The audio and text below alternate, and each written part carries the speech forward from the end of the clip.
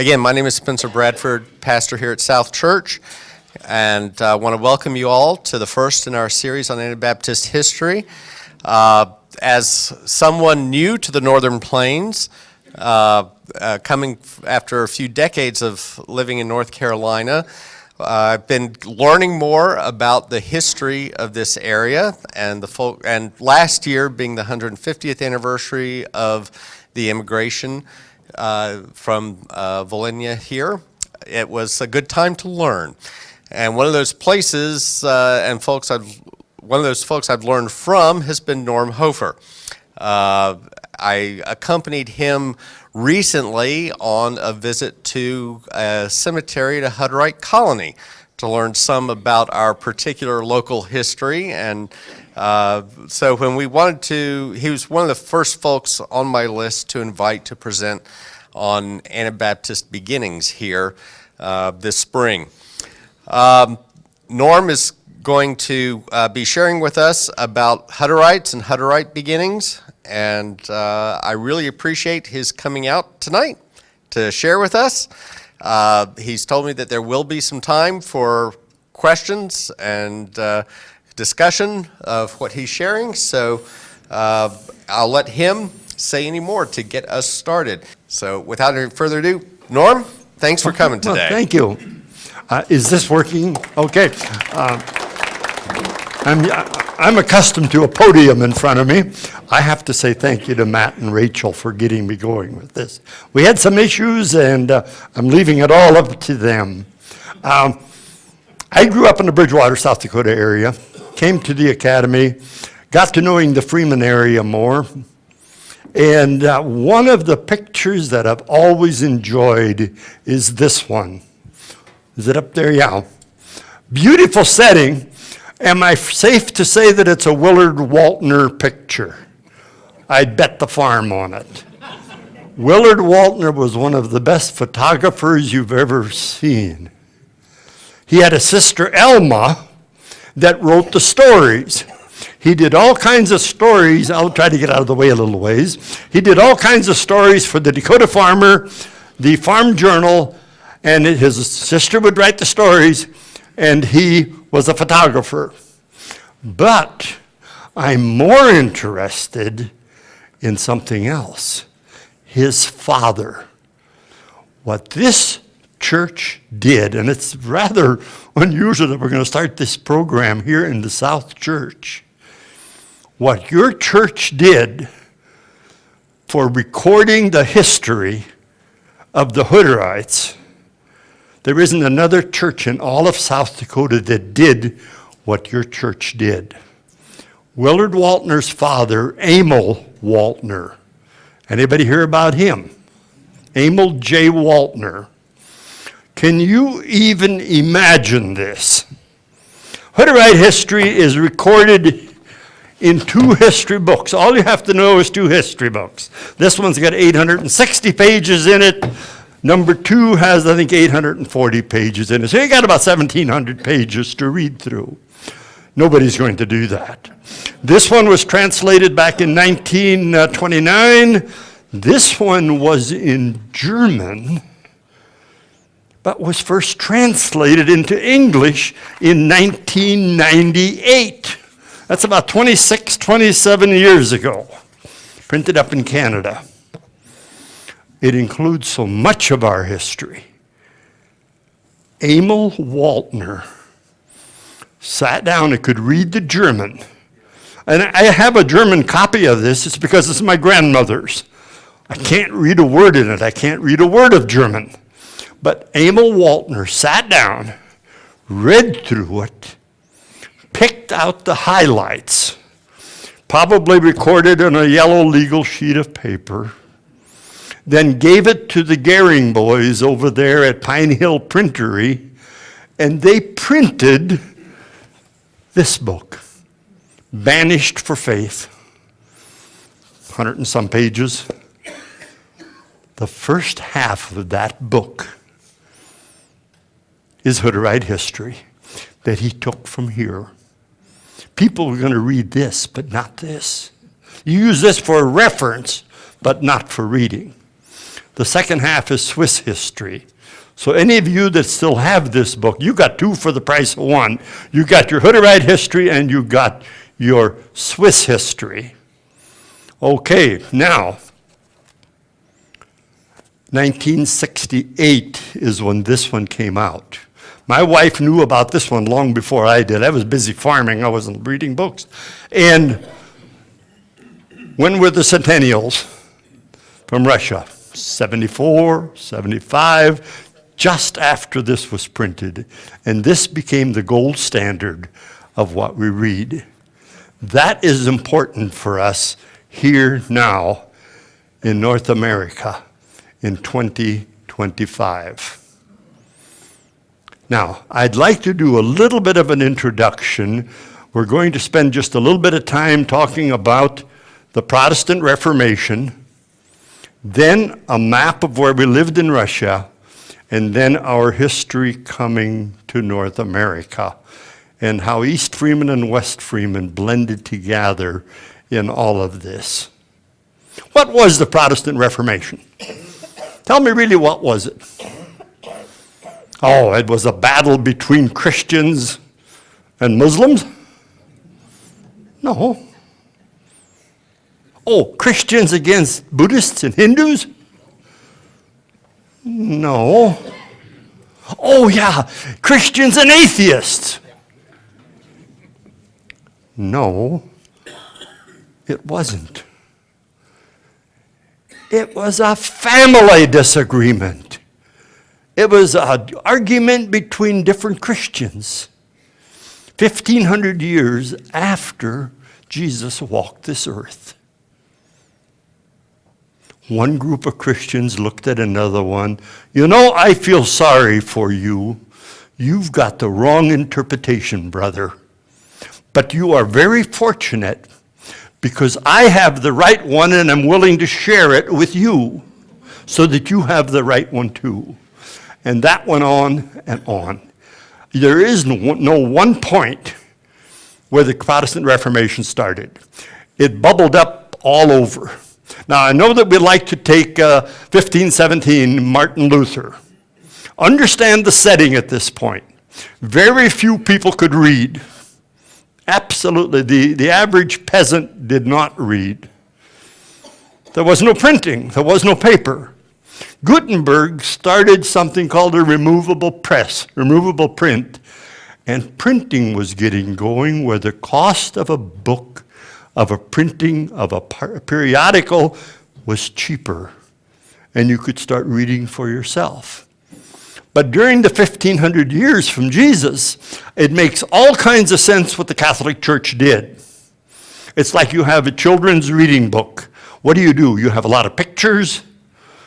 You have little fuzzy teddy bears that they can feel. What the Catholic Church did had a lot of statues, figurines, pictures that you could understand the story. But you could not read the letters because you didn't know that. So the Catholic priests would tell us the stories. And we had these statues they could go to. Beautiful statues, some of them. Now, with that being said, as this thing went along, it was the Catholic priests that began to question a little bit. You know, just a minute. What I read, because they could read, they were educated, they could read the Latin and tell the story in German. And Martin Luther was one of them. And he came to disagree with, just a minute, on that article, that isn't quite what it says in the Latin. And then he posted a notice on the paper, on the front door of the church, these are items we want to discuss. He didn't say they were right or wrong, we want to discuss. And it lit the fuse.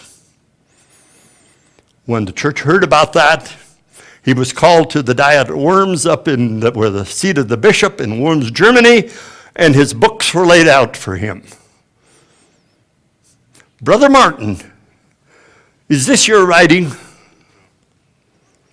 Yes, Is this the song you wrote? Is this your writing on this song? Yes. Yeah. Brother Martin, will you confess that you was wrong?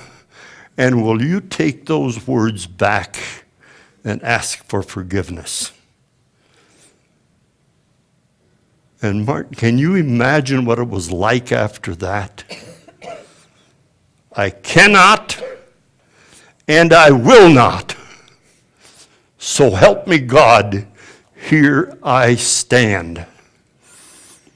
And that started it all. Now, it spread to different areas. This is 1715. Then after that, Ulrich Zwingli down in Zurich, Switzerland, brought change and change to that area, reform. Ulrich Zwingli was the minister at the Grossmünster Church, and he had 3 students. And they came to disagree with their teacher. Just a minute, teacher. There's some things in here that I don't read and don't see in Scripture. We don't see a thing about infant baptism. Now, understand something. I have a lot of trouble with believers' baptism. We used that about 3 Sundays ago in our church, and I really was uncomfortable through the whole thing. I do believe, and of course I'm not a theologian, I'm a farmer, baptism in the 1500s and infant baptism today is 2 completely different things. Today it says we have a child that we as parents promise to bring up in the Christian faith. That's it. We'll make that vow. In the 1500s, it meant something way different.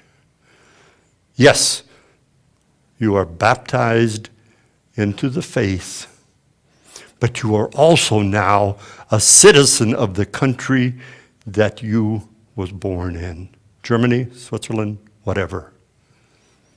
It meant 2 things. These students of Ulrich Zwingli that got to disagreeing with him, in total defiance of that whole thing, went and baptized each other as infants, as adults. Believers' baptism. And the reason I'm uncomfortable with that is because then what's the opposite of unbelievers? Of believers is unbelievers. Infant baptism is not for unbelievers. It's parents promising to raise a child in the Christian faith. Well, anyhow, Ulrich Zwingli had those. Conrad Grebel, Felix Manz, George Blaudock. George Blaudock, they found out, wasn't a citizen of Zurich. He got thrown out of town. Felix Manz was a citizen. His father was a rather up-and-coming politician in town. And he was asked, do you renounce what you did when you 3 baptized each other? And he refused. He was taken out, his hands tied, in the middle of the Lamont River, and that's a beautiful river with the Grossmünster Church overlooking the whole thing. And he was given one last chance to ask for forgiveness. He didn't. And his hands being tied, he was pushed overboard, and he drowned. The first martyr of the Anabaptist faith. Go on with that, it didn't take long. Over in Moravia, a number of communal living people got together. The lords of Liechtenstein welcomed different groups, and the Hutterites got started. Now, Jacob Hutter was not the founder of the Hutterites. He's their namesake. He really came quite a bit later. But if you go to Zurich, to Innsbruck, Austria, I'll see if I can come up with that. Innsbruck, Austria. Let's forget it. You go to it's a beautiful valley. The Winter Games were held there. And Jacob Hutter was arrested. Why? He had been betrayed by what he thought was a friend. He came from the Tyrol, which would be northern Italy, southern Austria. He did all of his work up in Moravia, where the Hutterites lived, but he came back on a mission trip, and he was betrayed, and he was caught. If you go to Innsbruck today, it's a beautiful town square, large. To the north side of the town square is one of the Habsburg palaces. And there's a little portico on the side there with a golden roof, and it's gold-coated. When that sun shines on that, it's just beautiful. And that's where the king and the queen could see what was going on down in the town square. Go there today. At the base of that gold roof is this bronze plaque. Here was, on the 26th of February, 1536, Jakob Hutter, the Haupt of the Wiedertäufers. It's in German, somebody translated it for me.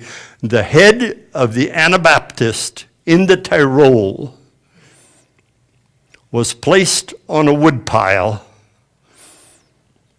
and burned to death.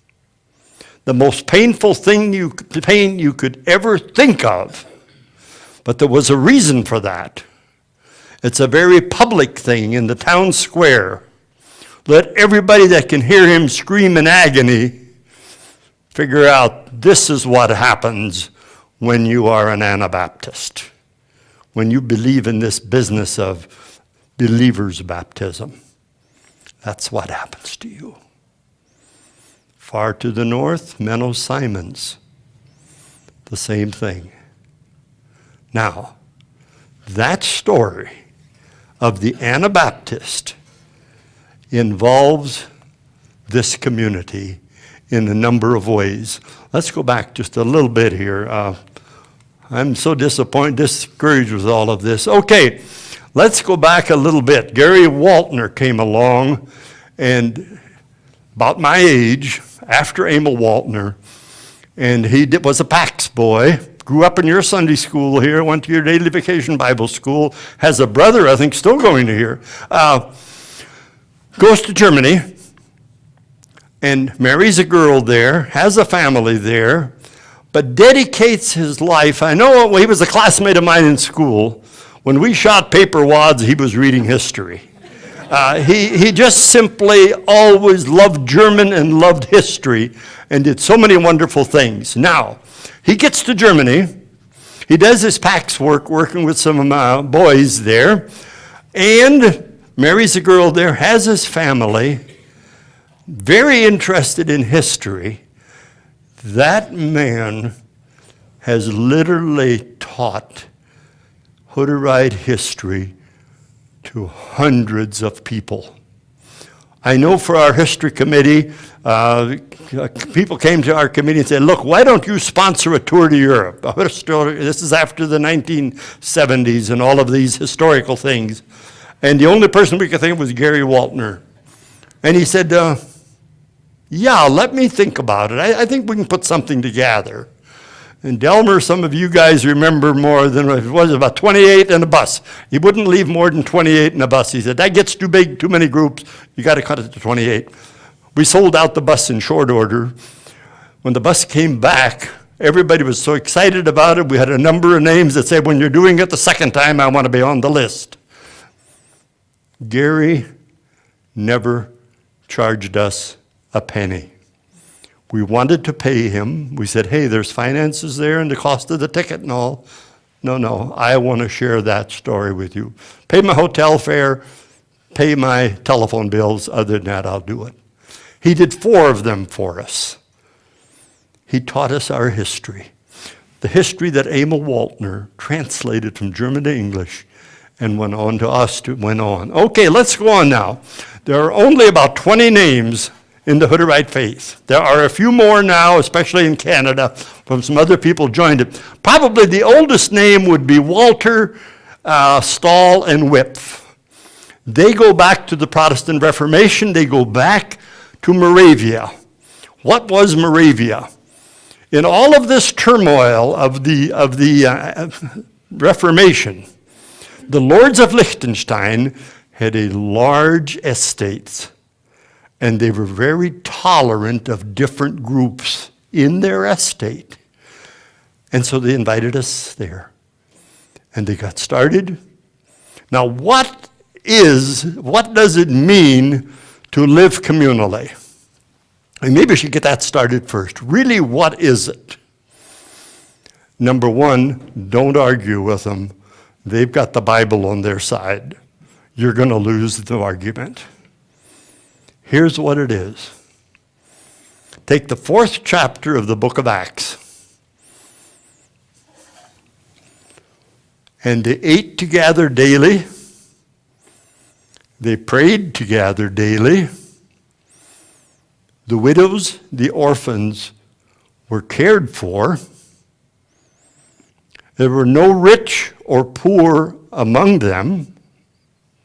Those that had houses and lands sold them and brought the proceeds and laid the proceeds at the apostles' feet for the care of the community.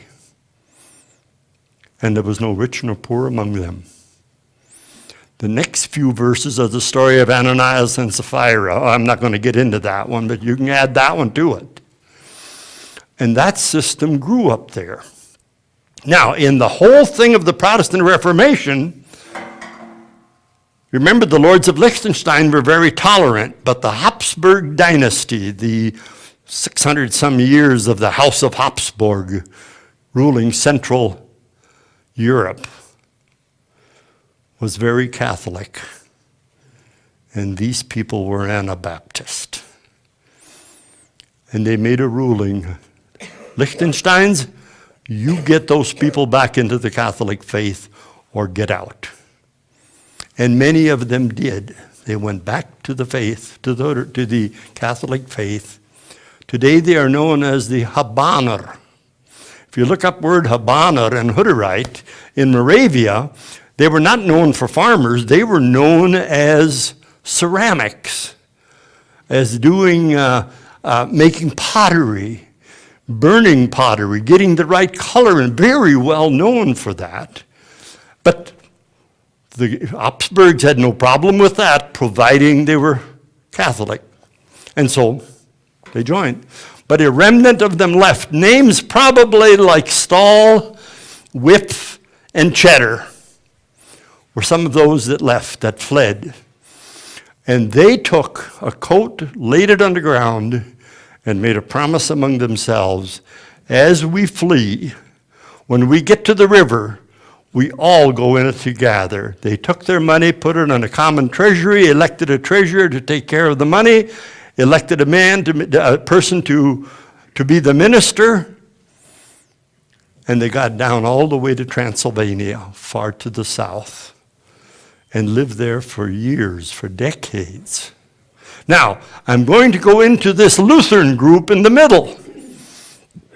Now we're talking 1755, 200 years later, and this is why the Waltners got involved in this whole thing. But those are the names that are not old Hutterites. In 1755, in Carinthia, Austria, is a valley between Spital and Klagenfurt. It's about 35 miles. It's in the Alp Mountains. It's maybe 2, maybe 3 miles wide at the most. Beautiful, good farmland. And they knew that there's a nest of these heretic Lutherans living in that valley. We don't know who got arrested first. There were a number of them. But the one in 1755, we have no idea which house came to first, but those are the families that got arrested at that time. Later, we have some that came from the Mennonite faith, Today's Ents, for instance, a very typical name among the Hutterites far to the north. Now, what is the Germans from Russia story? Because we do fit into that story. It's a story when in the 1870s, a 250,000 German-speaking people left Russia and came to North America. And you and I were a part of that. Now, this included Catholic, Lutheran, Reformed, Pentecostal, Evangelical, Adventists, Hutterite, Mennonite, the whole thing. Why did they leave? They were wanted in Russia. They were lured into Russia earlier because the Russian nobility admired their work ethic.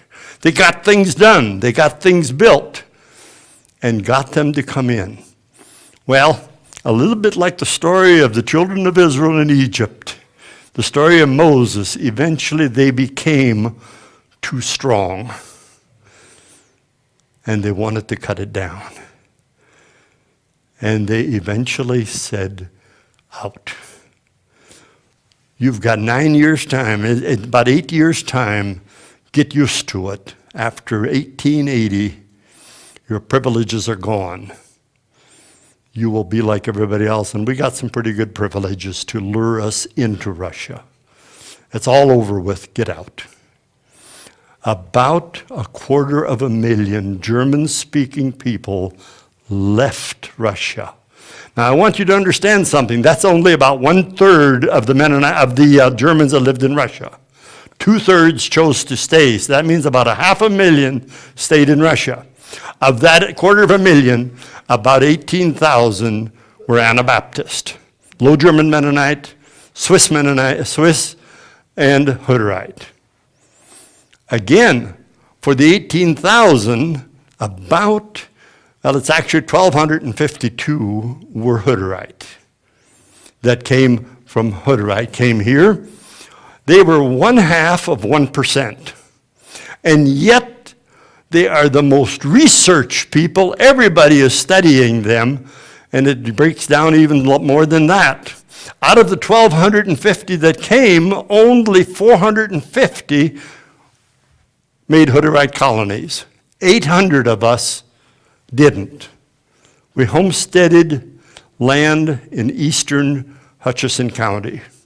If you take a car and drive from Bridgewater, there's a road, hardtop road called the Bridgewater Road. It goes about 3 or 4 miles west of Freeman, all the way to the Yankton County line. You'll drive about 28 miles, and it's absolutely level. You go 3 miles further west, and there's all kinds of hills. It's absolutely perfectly level. Can you imagine that? If you ever got time, go to the Freeman Golf Course. Play the golf if you want to. I just soon put the ball in my pocket and take it home. But anyhow, go to the top of the hill with the water tank. On a clear day, look to the north. You can see all the way to Bridgewater, which is about 18 miles, 17 miles, something like that. That in the 1870s was nothing but grass. No trees, nowhere. No streams, no lake. The lake is Silver Lake. West is the Jim River. It is just there, straw. And it's laid out in square miles. It's laid out in townships. Pick your section, the quarter section you want of grass and make your living here. That's where 800 of them went. Everybody is studying those Hutterites in the thing. Now, why are they studying them so hard? There's a new book written about them all the time. They're not writing about the prairie people. And by the way, prairie people is a funny deal. Be careful, and I don't mind being called a Hutter. Not at all. It's fun. Not Hutterite, because I'm not communal living. But I am a Hutter. Now, be careful where you say that. Go to Langham, Saskatchewan, Canada, and there's a large group of them up there. They would be horrified if you even answered to the word Hutter. No, we're Prairie-lite. Talk Prairie-lite in Freeman, they won't know what you're talking about. So call me whatever you want. I don't care. But anyhow, those are the ones that lived on the prairie. Nobody's interested in them. They're interested in the Hutterites. Why? The Hutterites are pulling something off that's never been done before in 500 years' time. It is amazing how much interest there is and how many different Hutterite or communal living groups there were in North America. Our history is full of it. The first Martin Luther, Martyrischer Spiegel, the Martyr's Mirror, where was it printed? Ephrata, Pennsylvania. Who printed it? Yes. Help me out, I'm having a senior citizen moment now. Oh brother, this is embarrassing. Anyhow, they printed, it'll come to me tomorrow. They printed it, but they were once communal. And they quit. None of them can last more than 100 years. From there you go on to the Shakers. You remember those famous ladder-back chairs you antique collectors all want to find? They were once communal. They never lasted 100 years. Go further west to Pittsburgh, Pennsylvania. There you have the Rappites, extremely wealthy. Some of the first successful oil wells in North America were on their ground. They were a large communal group. Money was never the problem. Never lasted 100 years. They were so wealthy that they helped the Hutterites at Bonham when they came from Russia to get established. Some from Bonham actually went out to live with the Rappites for a while. It folded. Go on further. How many of the communes are still going in California from the 1960s? You remember the hippies of the 1960s? How many are? Zilch. None of them made it. Oh, yeah, there is one that did. The Amanas of eastern Iowa. Came from New York in 1859, bought 7,000 acres of the best land in Iowa, started 3 villages, and they're still there today, the Amana colonies. I got news for you. It's all marketing. They are not communal. They dropped communal living back in the 1950s. It's shareholders. You have a share in it. You can sell your share. You can give it to your children. You can inherit it. It's shares. They're not communal. How in the world can the Hutterites, 500 years, survive? I hear people saying, well, the Hutterites are folding anyhow. There's a bunch of them leaving the colonies here and there. There's a bunch in Sioux Falls, Carpenters. They're folding. They're done. That's the biggest joke you've ever heard. They number 50,000 today in 500 different colonies.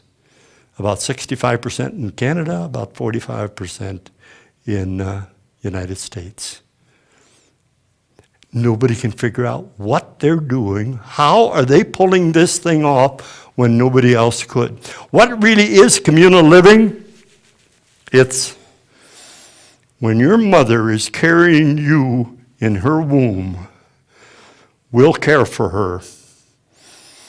When you're born, we'll pay the doctor and the hospital bill.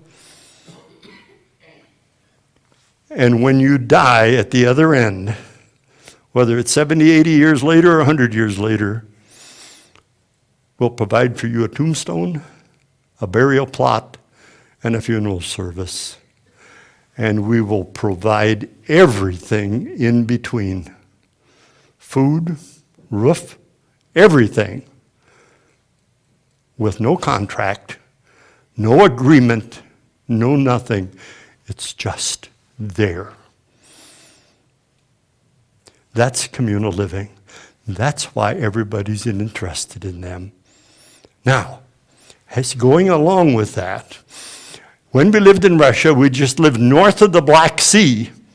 And there, Odessa at the bottom, Melitopol here. And it's amazing that Ukraine is shaped a little bit like the United States, about twice as wide as it is tall. It's got a river going through the middle of it. We have the Mississippi River, and they have the Dnieper River.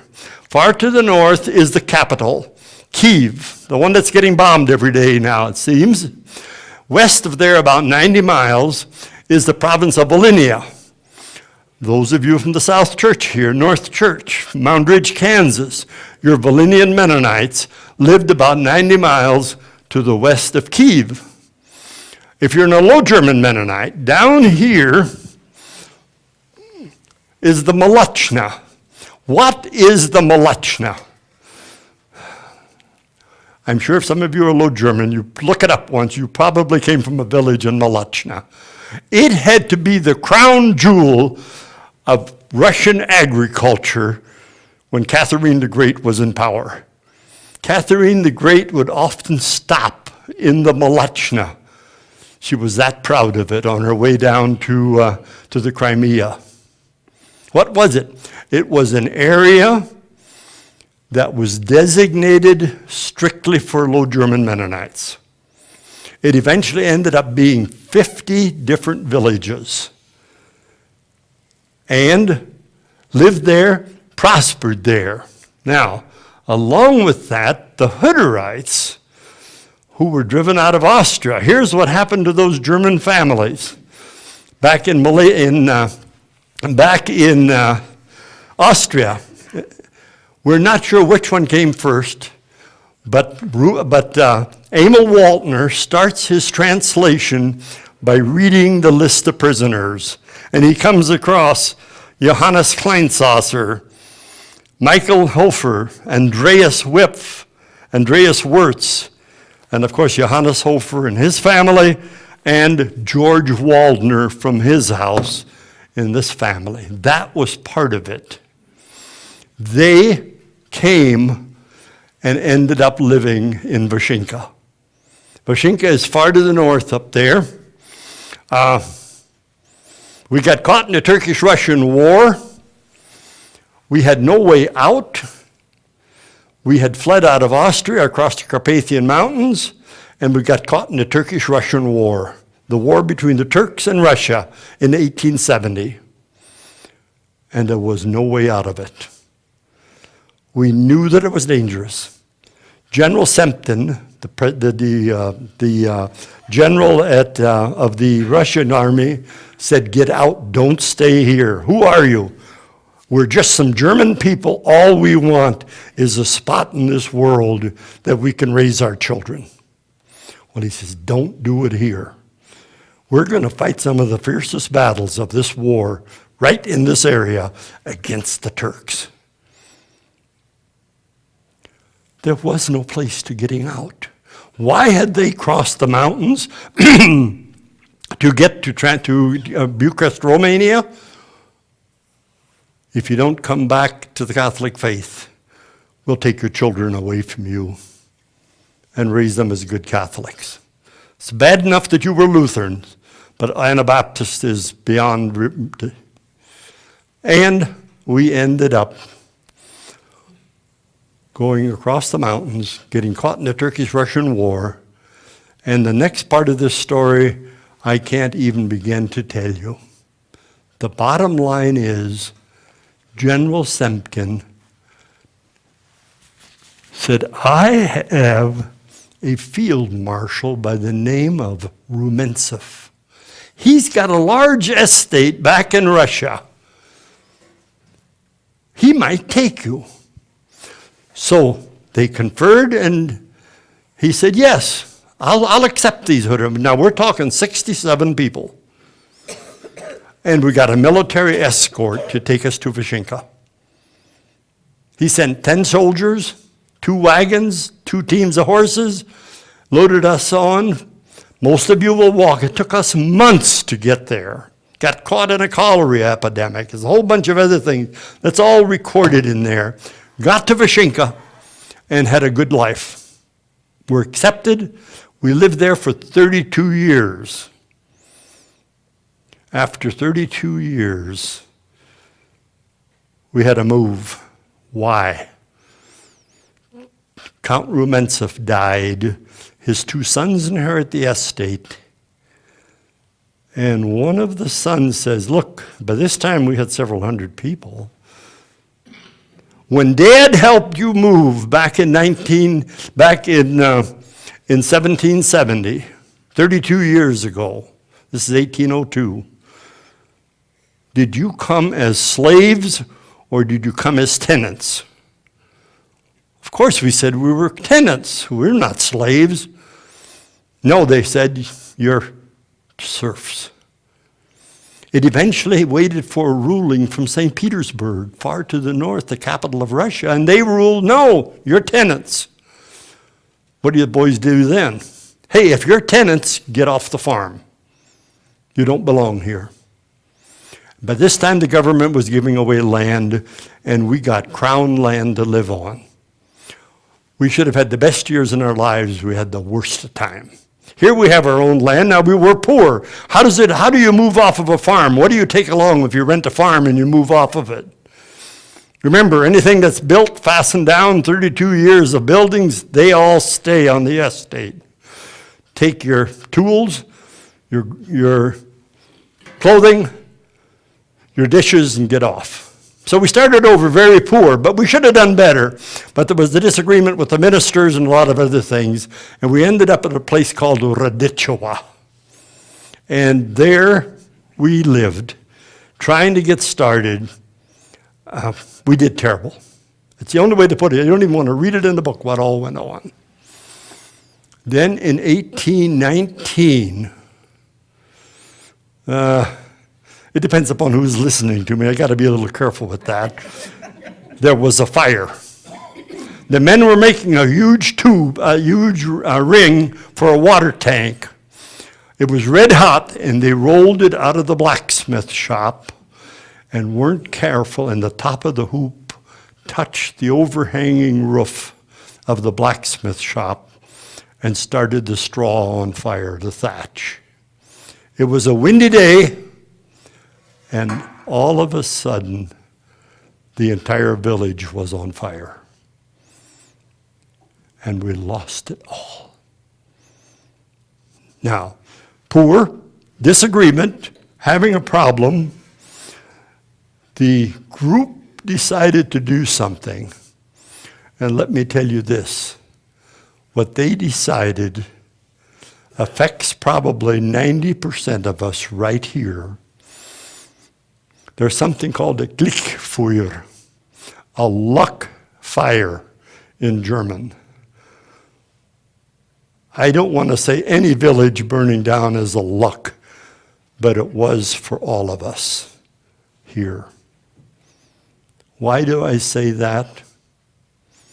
For the next 40 years, from 1819 till 1859, in their 500-year history, there's 40 years in there where there was no Hutterite colony.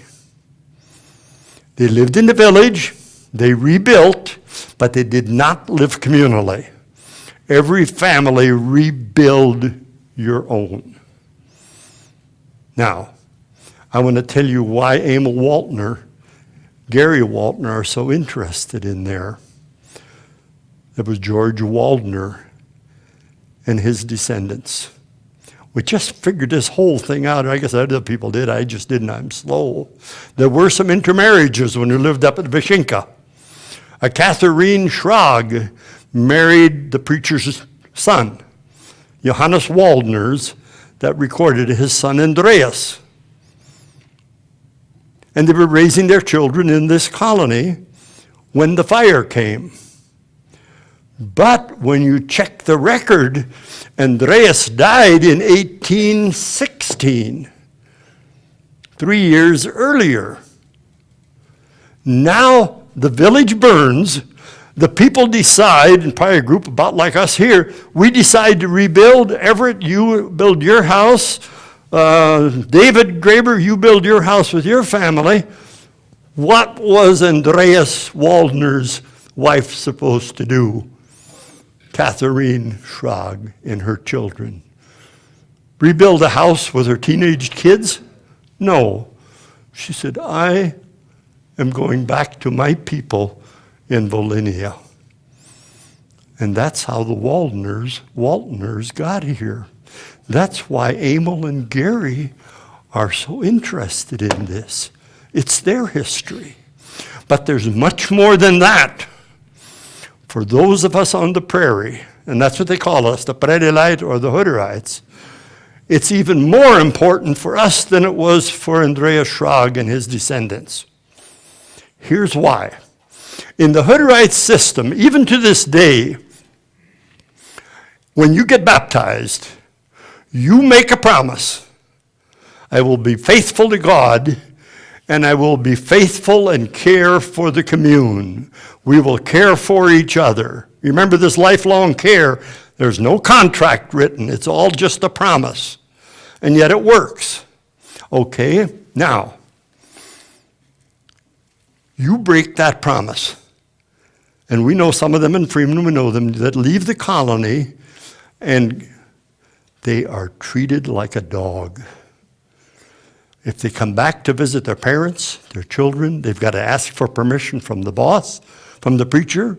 They dare not stay overnight. They dare not eat together.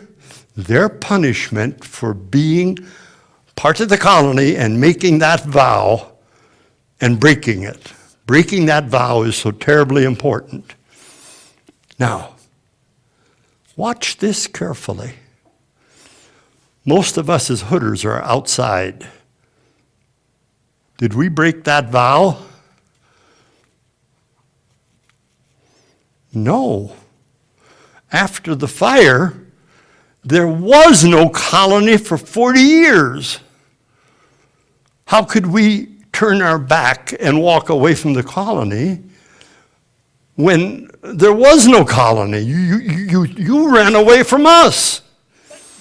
And that's the only difference between prairie people, Hutters, and colony people, is that they broke the vow because in 1859, 15 years before the migration to North America, they started the colony again. Some wanted to go in, some came out. Then came the migration, those 250,000 that came to North America. Swiss people, Low Germans, prairie people. We settled in the Freeman area, but we're not branded as runaways, purely because there was no colony back then. And the colonies will admit that. They'll treat us completely different. I had to make a speech one time at Portage la Prairie, Manitoba, west of Winnipeg, at a teachers' meeting, much like this. And it gets a little blunt at times. And after my speech was over, there was a young man came to me, angry as could be, seething with anger. And he said, "It's just not fair. I was out of the colony, and they treated me like," he had come back. He decided, I think there was a girlfriend back there. He had decided to come back. "When I went out, they treated me like a dog. You come up here, and they treat you like God Almighty himself walking in the door." What's the difference? That fire back there, I tried to explain that to him, but that fire back there when the ritual burned, you stopped the colony, we just didn't rejoin when you started up the system again. And you're off the hook. We can go to the colony wherever we want. We visit wherever we want. It's going well. I took too long. I'm sorry. I'm going to take over. I'm going to shut it off here. I'm happy where I'm at. I know I'm a Hutter. Can you imagine, live 3 miles west of Freeman, enjoyed myself, go to Hutterite Church, connected with my Swiss people, with my Low German people, 3 miles from Freeman and 6 miles from a Hutterite colony. My gosh, it doesn't get any better than that. Okay, question and answer. I'm disorganized here with a bunch of things, but yeah, go ahead. Norman, a number of the Hutterite people moved down towards Molochna. Yes. Okay, can you tell a little bit about that part of the pilgrimage? We really, I didn't even know this that long. Can you imagine? We're talking about migrants now. I want to tell you about a bunch of migrants that were as welcome as a salamander at a church picnic. When we made the move from Radicua after the fire down to Hutterite, that was the first village near the Molochna, we had no place to live. We were going to build. Johann Cornish, by the way, Johann Cornish here somewhere, I should have it. Johann Cornish was a Low German Mennonite, very wealthy. If that man wouldn't have helped us out, we would have disintegrated as a people up in Radicua. We absolutely would. He was very wealthy. He leased hundreds of thousands of acres of land. Read the whole book in 12 Becoming. It's probably in your church library. It's a wonderful story there. I see it about Johann Cornish. There's a whole book about him. The man literally saved our hide in helping us move south. But the part that we didn't know about, when they sold up north and made the move, when you build something new, what are you going to live in while you're building Hutterite? Can you imagine? He insisted, he ordered, and he could be a tyrant. Yeah, don't read the book about Johann Cornish. On a tour to Russia, we had some of his descendants there. They could not believe that we looked at Johann Cornish with reverence and respect. Hated him. They said, it's too long to get into there, but yeah, their mother could never meet the standard of a Cornish, is what they said. Yeah. But he insisted the Molochna Mennonites take these several hundred Hutters and house them for the winter while their farm is being built down at Hutterite. Can you imagine coming to your church with several hundred foreigners and say, look, you take them into your house, you keep them, feed them, and next spring they'll start building their house and they'll move. I had no idea of that. Now it begins to make a little bit of sense. It'd be fun doing some research because there were some marriages at that time. When you move that many people, some of them are going to be age 18, 19, 20. There were some romances. How did the Entz family? How did the Cornell's family? How did a Whip family marry a Dirksen and end up in Kansas? There probably were some of those romances when the Hutters had to live among the Low Germans. But eventually we got our own. But something else happened in that move. As we got nearer the Mennonites and nearer the Hutterites, we got introduced to you. The Hutterites are not a branch of the Mennonites. In fact, they predated Martin Menno Simons. We were pretty much to ourselves. Instead, already at Volhynia, we got introduced to the Swiss. Coming down to the Molochna, we got introduced to the Low German Mennonites. When we built Hutterite, Johann Cornish went back to the Molochna and got their carpenters to build the windows and the doors for the houses that we were going to be building. We got introduced to each other. They surely weren't thinking that coming up now in 1874, these guys are going to be living near each other here in Dakota Territory. No, they didn't. But it was an introduction to it. Now, I have one last question for it, and I've had too many of these last questions. When we came to America, you knew what you were. You were the Low German Mennonite, Swiss Mennonite. The Hutterite colonies knew what they were. They were the Hutterites. But how about those 800 Prevelite? Those 800 Hutters, what were they? We didn't know. We couldn't be calling us a Hutterite because we're not living in a colony. Calling us a Mennonite, well, there's so many of you that you have to distinguish them some way. As late as 1974, we still had a meeting. It was on this committee with this one, what to call ourselves, and we didn't know. And finally we decided we'll make it the Hutterite Mennonites. History of the Hutterite Mennonites. It really doesn't make sense. That's like the Catholic Lutherans. It doesn't quite add up. But we didn't know what we were. I was a little kid, I was 13, 14, 1952 when our church was built, and I remember the church discussion, what it should say above the front door of our church, whether that should say Huttertal or whether it should say Mennonite. Some of the people in our church said, no, we're Hutterite. That's got to say Huttertal up there. Other ones said, no, we didn't join the Mennonite Conference until 1942. We definitely had the military breathing down our neck. You Swiss people, look in your records. You hosted the General Conference sessions in 1890 in East Freeman. You knew what you were. You belonged to the Mennonites. We didn't at all. We just were.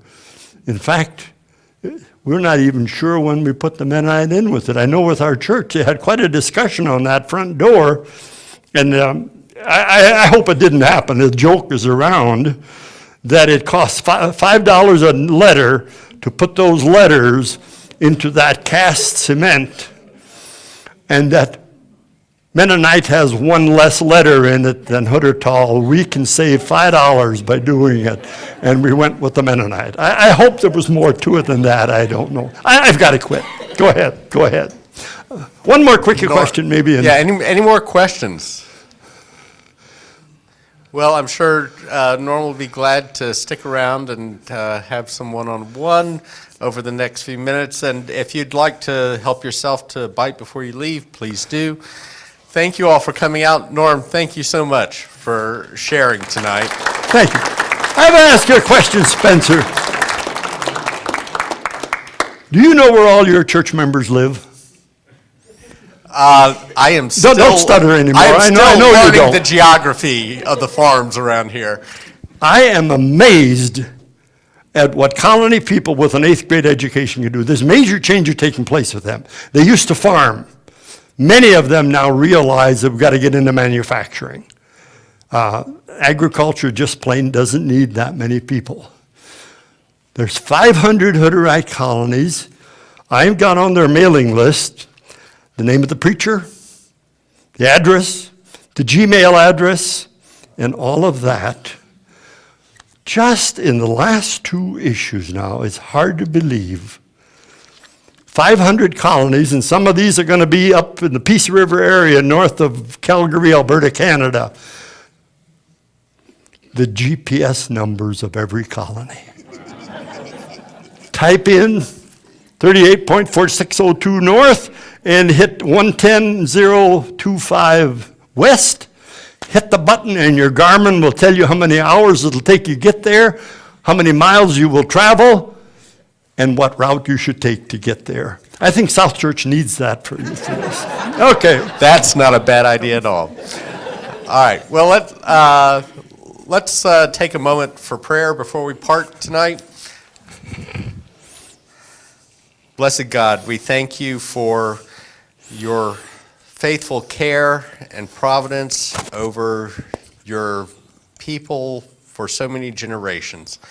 We thank you for the faithful witness that they gave to your kingdom, making sacrifices to live as faithfully as they knew how by your call of your gospel, following your Son, Jesus.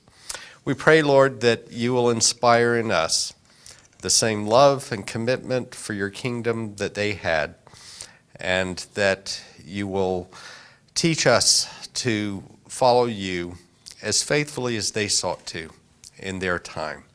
Thank you, God, for Norm and for the sharing of his knowledge, and help us to walk in the light of those who have gone before us carrying your light. We pray all this in the name of your Son, Jesus. Amen. Thanks again for coming out. Next Sunday afternoon, same time, Nathan Epp will be making a presentation about one of the Anabaptist leaders, Pilgrim Marpeck. And so we'll be hearing more about Pilgrim Marpeck and his community in Germany next Sunday.